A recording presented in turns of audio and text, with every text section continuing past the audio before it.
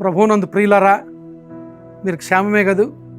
మీరు క్షేమంగాను అభివృద్ధి చెందుతూ ఉండాలని దినదినము మీకోసం ప్రార్థన చేస్తూ ఉన్నాం. ఈ హోప్ ఫర్ టుడే సందేశాల ద్వారా కూడా మీరు మేలులు పొంది విశ్వాసంలో బలపడాలని మా ప్రార్థన. ఈరోజు ఈ హోప్ ఫర్ టుడే సందేశం కొరకు ఎస్తేరు గ్రంథము 4వ అధ్యాయము 16వ వచనాన్ని మీ కొరకు చదువుతున్నాను. ఎస్తేరు గ్రంథము 4వ అధ్యాయము 16వ వచనం. నీవు పోయి శోషణనందు కనబడిన యూదులనందరినీ సమాజ మందిరమునకు సమకూర్చి నా నిమిత్తము ఉపవాసముండి 3 దినములు అన్నపానములు చేయకుండుడి. నేనును నా పనికెత్తులను కూడా ఉపవాసముందుము. ప్రవేశించుట న్యాయ వ్యతిరేక్తముగానున్నను. నేను రాజునొద్దకు ప్రవేశించుదును. నేను నశించదను.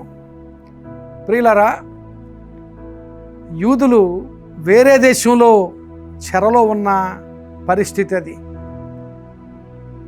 యూదులు ఆ అన్యదేశంలో చెరలో ఉన్నప్పుడు యోధ ప్రజల మధ్య ఒక అనాథ బాలికగా ఉన్నది ఎస్తేరు. ఆ ఎస్తేరు చెరలో ఉన్న యూదుల బాలిక అయినప్పటికీ కూడా దేవుడు ఆమెను ఆశీర్వదించి ఆ దేశపు రాణిగా ఉండేటట్లుగా ఆమెను హెచ్చించాడు.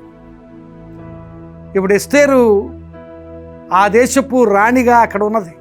ఆ దేశంలో ఆ సమయంలో ఒక అధికారిక ప్రకటన వచ్చింది. ఏమిటంటే, ఆ దేశంలో ఉన్న యూదులందరూ నశింప చేయబడాలి, ఆ యూదులందరినీ నిర్మూలన చేయాలి అని ఒక అధికారిక ప్రకటన బయలుదేరింది.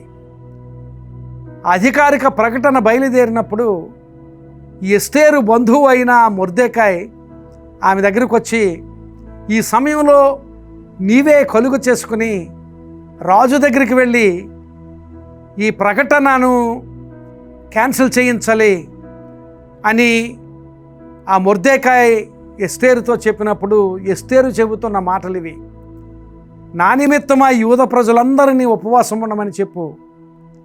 అలాగే ఇక్కడ కోటలో, రాజకోటలో నేను నా పనికెత్తులు కూడా ఉపవాసం ఉంటాం. ఉపవాసం ఉండి రాజు దగ్గరికి వెళ్తాను. అయితే అక్కడ పరిస్థితి ఏమిటంటే, రాజు దగ్గరికి ఆయన అనుమతి లేకుండా, రాజు అనుమతి లేకుండా ఎవరు ఆయన దగ్గరికి ప్రవేశించకూడదు. రాణి కూడా రాజు అనుమతి లేకుండా రాజు దగ్గరికి ప్రవేశించకూడదు. అలా ప్రవేశిస్తే మరణమే.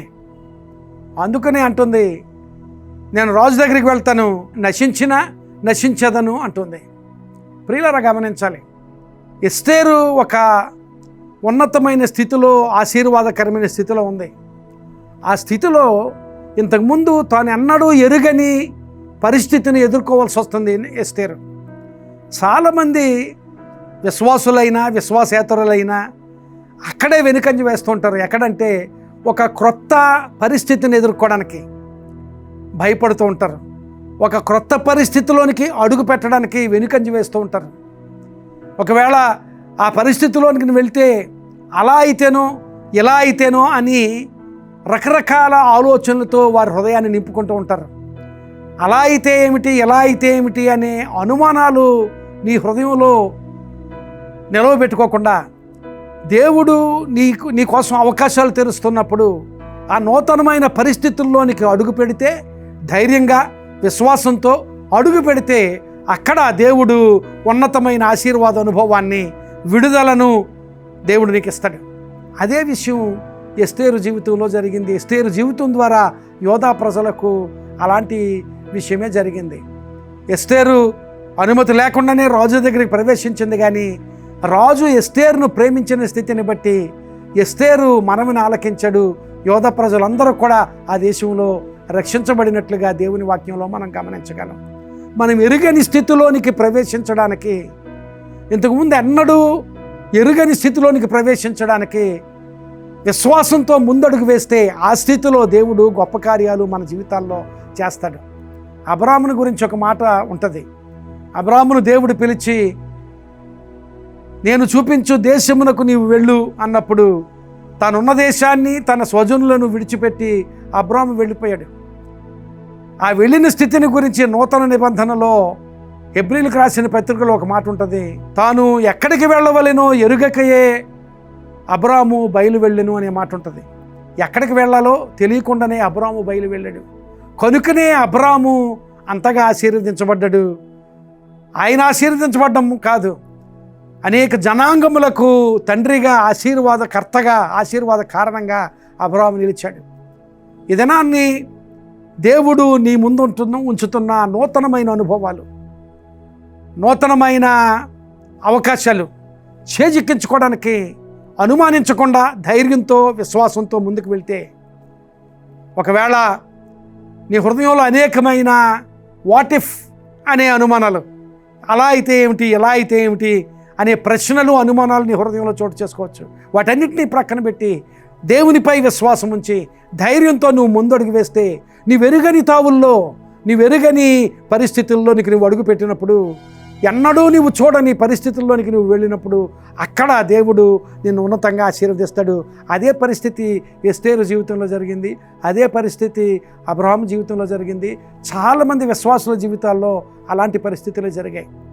క్రొత్త పరిస్థితిని, ఒక క్రొత్త అనుభవంలోనికి అడుగు పెట్టడాన్ని దయచేసి దాన్ని చిన్నచూపు చూడొద్దు, దాన్ని నిర్లక్ష్యం చేయొద్దు. అలాంటి అవకాశాలు నీ ముందు దేవుడు ఇస్తున్నప్పుడు, అలాంటి ద్వారాలు దేవుడు నీ ముందు తెరుస్తున్నప్పుడు, దాన్ని అవకాశాన్ని చేజిక్కించుకొని ఆ క్రొత్త పరిస్థితిలోనికి, నీవు ఎరగని పరిస్థితి అయి ఉండొచ్చు, నీవెన్నడూ చూడని పరిస్థితులు అయి ఉండొచ్చు, అయినప్పటికీ కూడా ఆ పరిస్థితిని చేజిక్కించుకొని దేవుని యందు విశ్వాసం ఉంచి, దేవా నాకు సహాయం చేయని ముందడుగు వేస్తే, ఆ నూతన పరిస్థితిలో దేవుడు నిన్ను ఆశీర్వదించే స్థితి నీవు ఊహించలేవు. అలాంటి ఆశీర్వాదం నువ్వు పొందుకునే నిమిత్తం మంచి నిర్ణయం చేసుకో. నూతన పరిస్థితుల్లోనికి, ఎన్నడూ ఎరుగని పరిస్థితుల్లోనికి అడుగుపెట్టు. దేవుడు ఆశీర్వాదం పొందు. అలాంటి ఆశీర్వాదం దేవుడు నీకు దయచేయనుగాక. ఆమేన్. ప్రార్థన చేసుకుందాం. కృపగలిగిన మా ప్రభువా, పరిశుద్ధుడు అయిన మా తండ్రి, నిజమే ప్రభువా, మేము ఎరగని తావుల్లోనికి, మేము ఎన్నడూ చూడని పరిస్థితుల్లోనికి నీవు మమ్మల్ని నడిపిస్తున్నప్పుడు ప్రభువా, నీ మీద ప్రభువా నమ్మకముంచి విశ్వాసంతో, ధైర్యంతో ముందుకు సాగగలిగే అనుభవాలు ఈ మాటలు విన్న వారికి దయచేయండి. ఆ స్థితిలో ఆశీర్వాదం పొందుకునే అనుభవాలు కూడా దయచేసి దీవించమని, అలాగే ప్రభువా బిడ్డల అవసరతల్లోనూ, వారి సమస్యల్లోనూ మీ సహాయం దయచేయమని, కుటుంబాల్లో ఆశీర్వాదం దయచేయమని యేసు నామమున అడుగుచున్నాను తండ్రి. Amen. God bless you my friend.